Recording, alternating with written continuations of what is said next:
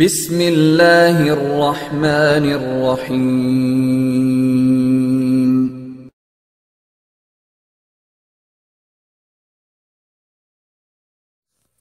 এক ভাই জিজ্ঞেস করছেন, পর্দার ক্ষেত্রে কোনো কোনো মহিলাকে দেখা যায় মুখ ঢাকেন, হাত মোজা পরেন, আবার কাউকে দেখা যায় মুখ খোলা রাখেন।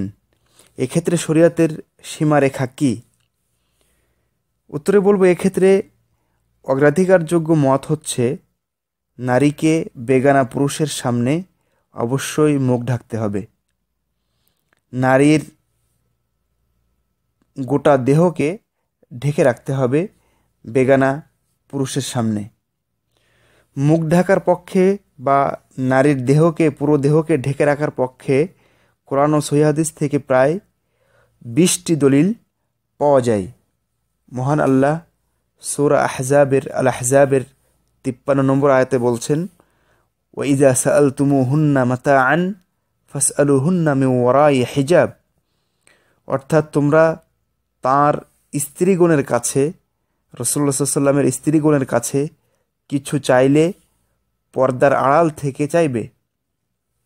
আয়েশা রাদিয়াল্লাহু আনহা উম্মুল মুমিনিন বলছেন যে আমরা যখন রাসূলুল্লাহ সাল্লাল্লাহু আলাইহি ওয়াসাল্লামের সাথে ইহরাম অবস্থায় থাকতাম, হজে গিয়ে বা উমরায় গিয়ে, তখন যখন আমাদের সামনে বেগানা পুরুষের কাফেলা যেত, তখন আমরা মাথার কাপড় টেনে মুখের উপরে দিয়ে দিতাম, ঢেকে দিতাম।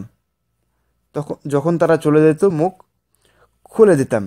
দেখুন, ইহরাম অবস্থাতেও মাথার কাপড় মুখের উপরে ফেলে দিয়ে তারা বেগানা পুরুষের সামনে মুখ ঢাকতেন।